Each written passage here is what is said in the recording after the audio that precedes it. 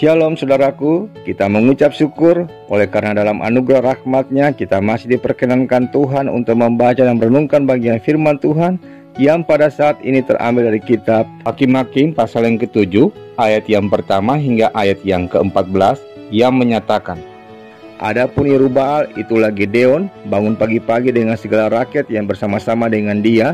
Lalu mereka berkemah dekat mata air Harod. Perkemahan orang Midian itu ada di sebelah utaranya, dekat bukit More di lembah. Berfirmanlah Tuhan kepada Gideon, terlalu banyak rakyat yang bersama-sama dengan engkau itu daripada yang kuhendaki untuk menyerahkan orang Midian ke dalam tangan mereka. Jangan-jangan orang Israel memegang-megahkan diri terhadap aku sambil berkata, tanganku sendirilah yang menyelamatkan aku. Maka sekarang serukanlah kepada rakyat itu demikian, siapa yang takut dan gentar, biarlah ia pulang dari pegunungan Gilead. Lalu pulanglah 22.000 orang dari rakyat itu, dan tinggallah 10.000 orang. Tetapi Tuhan berfirman kepada Gideon, masih terlalu banyak rakyat, suruhlah mereka turun minum air, maka aku akan menyaring mereka bagimu di sana. Siapa yang kufirmankan kepadamu, inilah orang yang akan pergi bersama-sama dengan engkau. Dialah yang akan pergi bersama-sama dengan engkau. Tetapi barang siapa yang kufirmankan kepadamu, inilah orang yang tidak akan pergi bersama-sama dengan engkau, dialah yang tidak akan pergi."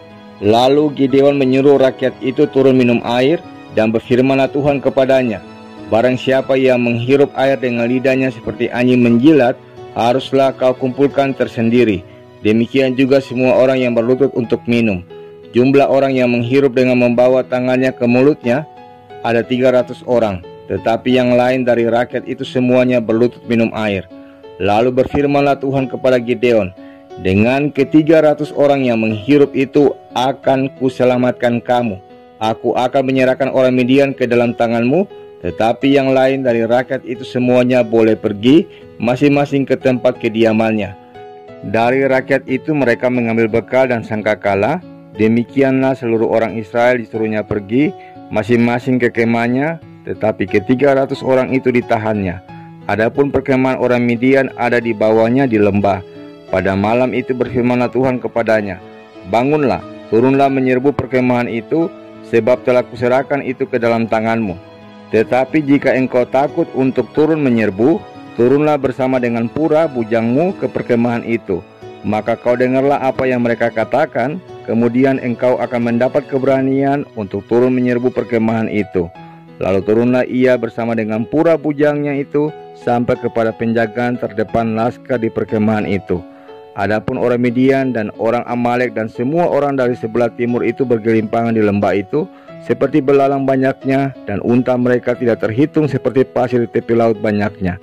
Ketika Gideon sampai ke situ, kebetulan ada seorang menceritakan mimpinya kepada temannya. Katanya, aku bermimpi, tampak sekeping roti jelai terguling masuk ke perkemahan orang Midian. Setelah sampai ke kemah ini, dilanggarnyalah kemah ini sehingga roboh dan dibongkar bangkirkannya. Demikianlah kemah ini habis runtuh. Lalu temannya menjawab, ini tidak lain dari pedang Gideon bin Yoas orang Israel itu. Allah telah menyerahkan orang Midian dan seluruh perkemahan ini ke dalam tangannya. Demikianlah sabda Tuhan.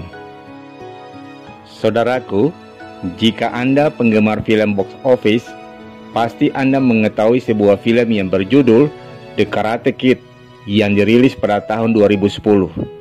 Dari film itu, saya melihat ada hal yang cukup menarik ketika Trey Parker melihat kehebatan bela diri Guru Han. Ia lalu memutuskan untuk menjadi murid Guru Han. Parker berharap diajarkan banyak jurus kungfu. Namun realitanya, satu-satunya jurus yang diajarkan Guru Han kepadanya hanyalah melepas jaket, menggantungkan pada kayu, menjatuhkan jaket tersebut ke tanah, mengambil jaket itu kembali untuk dikenakan lagi, dan seterusnya. Setelah beberapa bulan berlalu, Parker hanya dapat jurus yang unik tersebut. Ia protes, ia marah, ia kecewa, lalu memutuskan untuk berhenti dari latihan. Namun di saat itulah Guru Han mempraktekkan latihan melepaskan jaket tersebut sebagai jurus kungfu yang sangat handal. Tidak masuk akal? Ya, namanya juga film. Namun, ada pelajaran berharga yang saya dapatkan melalui film remaja tersebut. Terkadang kita bersikap seperti Drew Parker ketika menerima perintah Tuhan yang sepertinya tidak lazim untuk kita lakukan. Karena sepertinya tidak masuk akal, maka kita memutuskan untuk tidak taat. Mengapa tidak taat? Karena kita tidak percaya. Karena itu jika ditanya apa dasar ketaatan kita, ya percaya. Mengapa saya taat kepada petunjuk GPS saat melakukan perjalanan? Karena saya percaya bahwa perangkat itu akan memandu saya hingga sampai ke tujuan. Jika saya tidak percaya, maka saya tidak mungkin taat. Jika ada seseorang yang tidak Anda kenal sebelumnya mengajak Anda bekerja sama dalam sebuah bisnis, apakah Anda akan taat dan menuruti ajakan tersebut? Tentu saja tidak, bukan? Mengapa?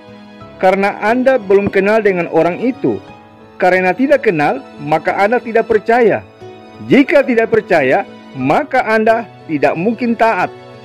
Pada saat kita tidak taat, itulah sebenarnya kita sedang kehilangan sebuah pengalaman berharga bersama dengan Tuhan. Ada kalanya kita tak mengerti maksud dan rencana Tuhan. Namun yang terpenting sebenarnya bukan seberapa kita mengerti, tapi seberapa kita mau taat dan percaya. Dengan kata lain, seberapa kita taat sangat ditentukan juga seberapa tingkat kepercayaan kita. Saudaraku merebut tembok Yerikho dengan cara mengelilinginya sebanyak 7 kali sambil bersorak dan menyanyikan pujian bagi Tuhan, sungguh strategi perang yang unik dan tidak lazim.